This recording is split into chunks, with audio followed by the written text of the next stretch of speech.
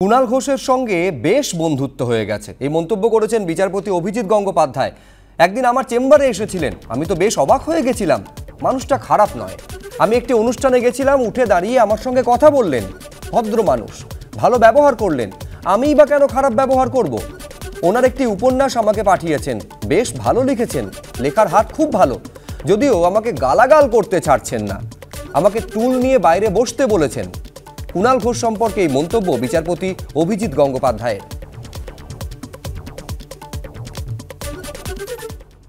বিচারপতি গঙ্গোপাধ্যায়ের সঙ্গে ব্যক্তিগত সম্পর্ক ভালো হলেও দল বা নেতৃত্বকে নিশানা করলে দলের মুখপাত্র তিনিও নিজের ভূমিকা পালন করবেন। প্রতিক্রিয়া কুণাল ঘোষের।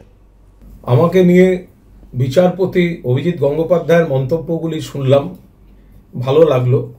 উনি আমার লেখার প্রশংসা করেছেন, আমি আন্তরিক ধন্যবাদ জানাচ্ছি। এবং উনি বলেছেন যে আমার সঙ্গে অনেকটা ওনার বন্ধুত্বের মতো হয়ে গেছে। খুব ভুল বলেননি। আমার কিন্তু ওনার সঙ্গে কথা বলতে, আড্ডা মারতে ভালোই লেগেছে। আমি খবর পাই, উনি আমার মাঝে মাঝে খবর নেন, আমিও খবর নিই। কিন্তু সমস্যা হলো এই যে সেটা একটা পার্ট। কিন্তু যখন আজকে উনি আক্ষেপ করেছেন যে কুণাল ঘোষ আমাকে সমালোচনা করেন, আসলে উনি যখন আমার দল বা আমার নেতা বা আমার নেত্রীকে উনি যদি আক্রমণ করেন, তাহলে পাল্টা ওনার সমালোচনা করা বা ওই অংশটা যে ওনার বলার নয়, সেইটা বলাটা আমার কর্তব্যের মধ্যে পড়ে।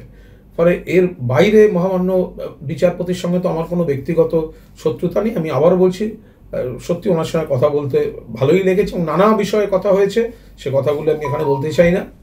কিন্তু যদি বলেন বন্ধুত্বের মতো সম্পর্ক হয়ে গেছে কিনা, হয়েছে, কিন্তু আমি আমার দলীয় কর্তব্যটা সেখান থেকে কিন্তু সরছি না। উত্তর ২৪ পরগনায় তৃণমূলের কোর কমিটির বৈঠকে অর্জুন সিংহ এবং সোমনাথ শ্যাম। তৃণমূল নেত্রী তৈরি করা কোর কমিটির এই প্রথম বৈঠক, দ্বন্দ্বের মধ্যেই তৃণমূলের বৈঠকে অর্জুন এবং সোমনাথ।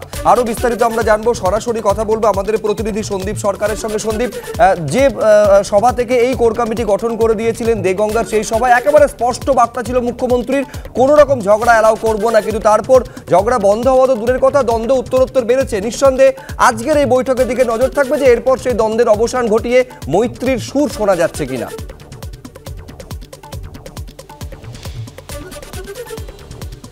একেবারেই তাই।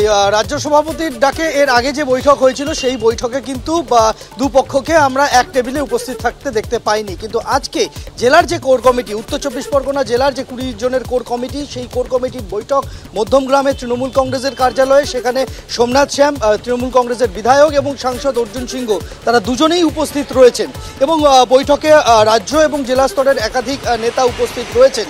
বিভিন্ন দিক থেকে এই বৈঠক গুরুত্বপূর্ণ। একদিকে যেরকম এই সোমনাথ শ্যাম এবং অর্জুন সিংহের দ্বন্দ্ব, তার পাশাপাশি জ্যোতিপ্রিয় মল্লিকের গ্রেফতারি, তার পরবর্তীতে এই সামনের লোকসভা নির্বাচনে জেলার যে 5টি লোকসভা আসন রয়েছে, সেই 5টি লোকসভা আসনে কিভাবে প্রস্তুতি পর্ব চলবে লড়াইয়ের, সেই বিষয়টা যেরকম গুরুত্বপূর্ণ। তার পাশাপাশি গত কয়েকদিনে আমরা যেভাবে দেখেছি সন্দেশখালীর ঘটনা, এবং তারপরে বনগাঁ পুরসভার প্রাক্তন চেয়ারম্যান শঙ্কর আঢ্যর গ্রেপ্তারি, এবং অবশ্যই শাহজাহান শেখ তার পালিয়ে যাওয়া এবং তার বাড়িতে গিয়ে ইডির আক্রান্ত হওয়া, এই সব নিয়ে যে একটা জটিল পরিস্থিতি তৈরি হয়েছে, সেই পরিস্থিতিতে এই শাহজাহানকে নিয়ে দলের বেশ কিছু নেতাদের মধ্যে অনুযোগ রয়েছে। সব মিলিয়ে অত্যন্ত গুরুত্বপূর্ণ এই কোর কমিটির বৈঠক। কোর কমিটির এই বৈঠকে যারা বেশিরভাগ সদস্য, তারা আজকে হাজির রয়েছেন, এবং সবথেকে উল্লেখযোগ্য অর্জুন সিংহ এবং সোমনাথ শ্যাম, তাদের উপস্থিত থাকা। আমরা আজকে দেখতে পেলাম যে প্রথমে অর্জুন সিং আসেন এবং তার কিছুক্ষণ পরই সোমনাথ শ্যাম তিনি এসে পৌঁছন। এবং এই যে বৈঠক হচ্ছে, বৈঠকে মুখোমুখি দুজনেই বসেছেন এক আলোচনার টেবিলে। ফলে সব মিলিয়ে মৈত্রীর সুর বজায় থাকে, নাকি এই বৈঠকের পর আবারও যে পরিস্থিতি ছিল, যে দ্বন্দ্বের জায়গাটা ছিল, সেই একই জায়গা চলতে দেখতে পাই আমরা, সেদিকে অবশ্যই নজর থাকবে। নিঃসন্দেহে তাই। অনেক ধন্যবাদ সন্দীপ তোমায়।